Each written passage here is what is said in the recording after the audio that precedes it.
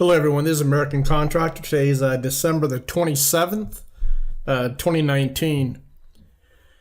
Got a late start today, and let's get back to what's going on with Iraq. This is from the Middle East Eye. It's a local publication. I think it's based out of Qatar. Headline is, Iraqi protesters back president's rejection of the pro-Iran PM candidate. Quote, "We are with you," protesters say to Iraqi President Barham Salih as they continue to demonstrate. Now, what happened was, yesterday, the president of Iraq has put in his resignation to the parliament. Now, according to the constitution, to the law, it says that they must hold it for 7 days. They must hold his resignation for 7 days before they can accept it. So we'll have to wait till next week Wednesday, or next week Thursday, and figure out what's going on with that, with his resignation. Let's get on with this article. Iraqi protesters are voicing support for their president after he threatened to resign if a pro-Iran coalition's candidate became prime minister. Iraqi President Barham Salih said on Thursday that he would rather step down than designate Asad al-Adani, the governor of Basra, as the country's new prime minister. In Baghdad, Tahrir Square, the epicenter of Iraq's protest movement, a banner was unfurled that showed a message of support for Iraq's president. Quote, "Thank you, Barham, for siding with the demands of the people and rejecting the candidates of corrupt parties. We are with you," it read. Al Jazeera reported.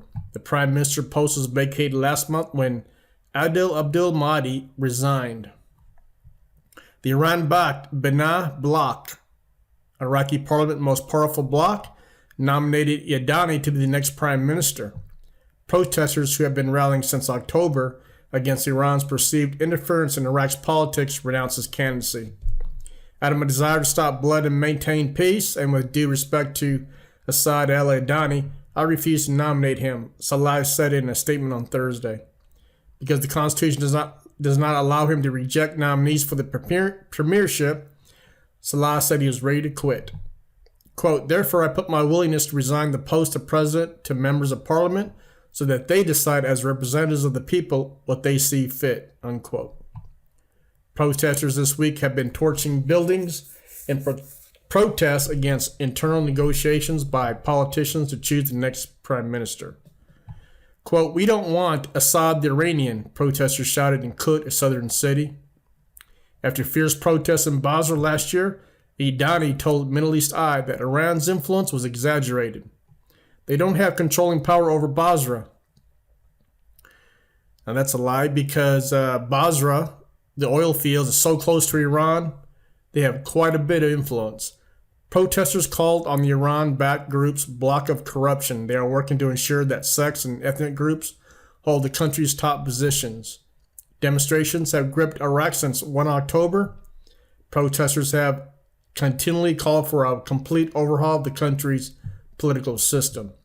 The protesters have accused Iraq's ruling elite of corruption and serving the interests of foreign powers, namely Iran, as many Iraqis languish in poverty without education, healthcare, or jobs. More than 450 people have been killed and 25,000 others have been wounded in the protests.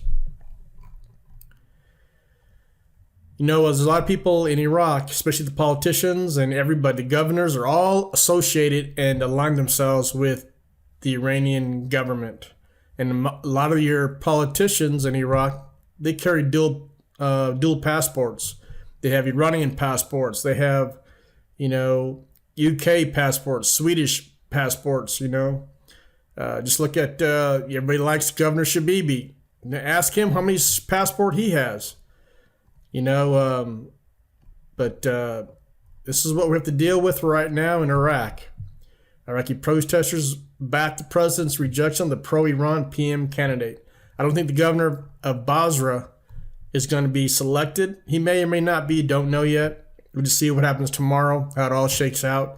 Today was their off day. It's Friday. Saturday, you're going to be off too. But you never know. Some news article might pop up and see what's going on. But they start back up on Sunday. but I'll still be doing videos. And if you like this video, appreciate it. You give me a thumbs up, subscribe to the YouTube channel, and give me a comment below. I do watch and look at the comments and do respond to every single one. Thank you very much.